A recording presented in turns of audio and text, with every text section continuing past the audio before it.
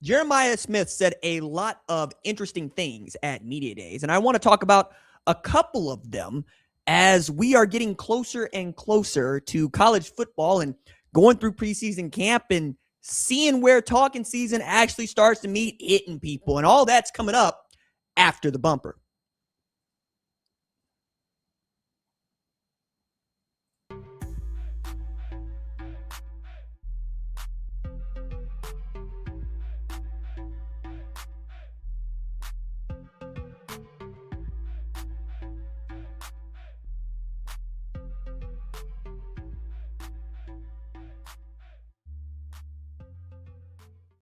What's up, kinfolk? It's RJ Young. I am not on a step mill. If this is your first time watching Adapt and Respond, thank you for joining us here. We talk college football year round. If you're into that, consider joining the more than 218,000 subscribers to Adapt and Respond, a college football podcast.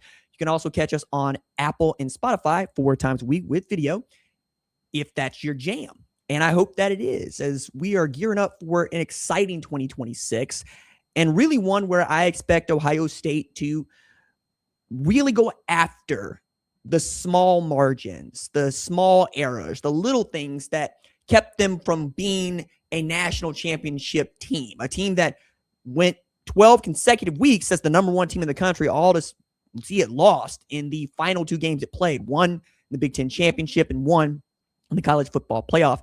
This year, they return a ton of talent once again, and I am fascinated by who is going to step up that we don't already know about. So Ryan Day brought Julian Sayin, Jeremiah Smith,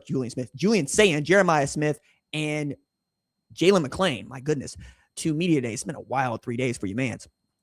But I spent a lot of time listening to Jeremiah Smith talk. One of the reasons that I did is he's the best player in college football and a generational talent.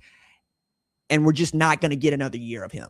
So a lot of my time and energy as a national college football analyst will be spent writing about, talking about his impact on the game and how he sees the game. And there were a couple players that stood out for me as he was talking about them. So what's interesting is Jeremiah Smith doesn't just look at the offense, he looks at the defense. And one of the guys that stuck out to me when he talked about it was he actually sat and thought about this question, was like, who is somebody that needs more talk that doesn't get any? And he took a little while to think about that. He really did. And he came up with edge Kenyatta Jackson. I wrote this quote in a column that we wrote, takeaways for Fox Sports. This is what Jeremiah Smith said about him. He's a leader on the defense. Hopefully he'll have a big year, and that's just somebody I believe in. I won't say he's Chase Young yet. I'm always telling him you can take over the game. You're 6'6", 260. You're kind of like Chase Young, and hopefully he shows that this year. That is high praise indeed, as Chase Young is one of the best defensive ends to ever come out of Ohio State, and I don't mind saying it. That dude was a destroyer of worlds. I remember vividly watching that dude line up at linebacker against Wisconsin as well as edge. You could do anything you wanted with that dude. And I mean, the tackles for loss and the sacks, he was not just a disruptor. You changed the defense based on where he was. And Ohio State has had a few guys that offenses just have to change their defense based on the alignment of that player. Caleb Downs is one last year, right? They're asking Jalen McClain to be that kind of player this year in the secondary. But knowing that you've got a talent like that and that Jeremiah Smith has identified it and is trying to will the beast out should give you a smile if you're a Buckeye fan. I mean, I'm sure many people talk about Larry Johnson's room, and I get why, right? Every single year he's got dudes. But it's not often that I hear an offensive guy, a skill player, say a high skill player, right, saying that guy that's lining up with his hand on the ground is a monster. He can take over the game anytime he wants. And if you got that guy on the defense and you got that guy in Smith on the offense, it's going to be really difficult to defeat you. And generally speaking, Ohio State hasn't really taken a bunch of losses. I mean, they beat themselves. Indiana whooped them. Miami game, yeah, I guess you could say they whooped them too. But it's a team that generally when it loses, beats itself, right? Thinking about the Michigan games of the past. And the other guy that I thought, you would love to hear him talk more about is Brock Boyd. Smith said Boyd reminds him a lot of himself, which I did not expect. But that is how good Boyd has been at shaking people out of their boots and make it real difficult for folks to cover him. As a matter of fact, John Meredith commits to Texas as the highest ranked corner in Texas history, and Brock Boyd put that dude on skates. Ankles was broken.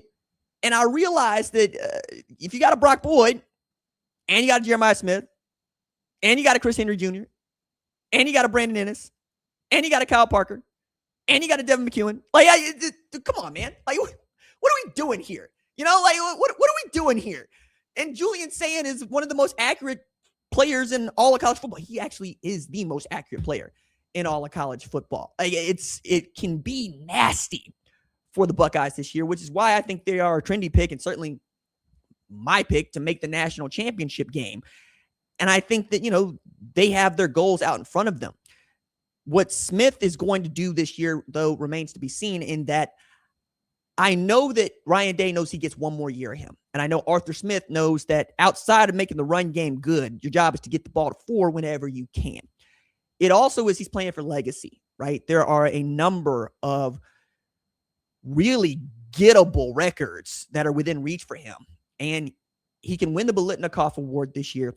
He can win the Heisman Trophy this year. He would be my number 1 overall pick next year. But to know that he has his eyes all over the football field and that guys have followed him, and this is one of the things that Day has said, a lot of the younger players look up to him and we are recruiting on that. And he is not a vocal guy, but he is a guy that when he speaks, everybody listens. So for him to give that kind of praise going into this preseason camp tells you everything you need to know. I mean, he's even saying Julian Sand got a little tougher to him and thinks that he's the toughest guy in the entire Woody. And that speaks volumes too, because he got his ass beat the last 2 games. He got sacked 10 times over the last 2 games, got back up, kept throwing the football, right? He's become so much better at understanding, and Ryan Day's really excited for him in year 2 because they're just things that won't fluster him the way that they might have flustered him in the past. And there's no teacher-like experience. I expect them to be really, really good. And I expect them to fight Indiana for that number 1 spot. And I expect that we are going to be thrilled to watch Jeremiah Smith play football, but even more thrilled if he's correct about Brock Boyd and he is correct about Kenyatta Jackson, because that means that there's going to be some really outstanding football that is being played.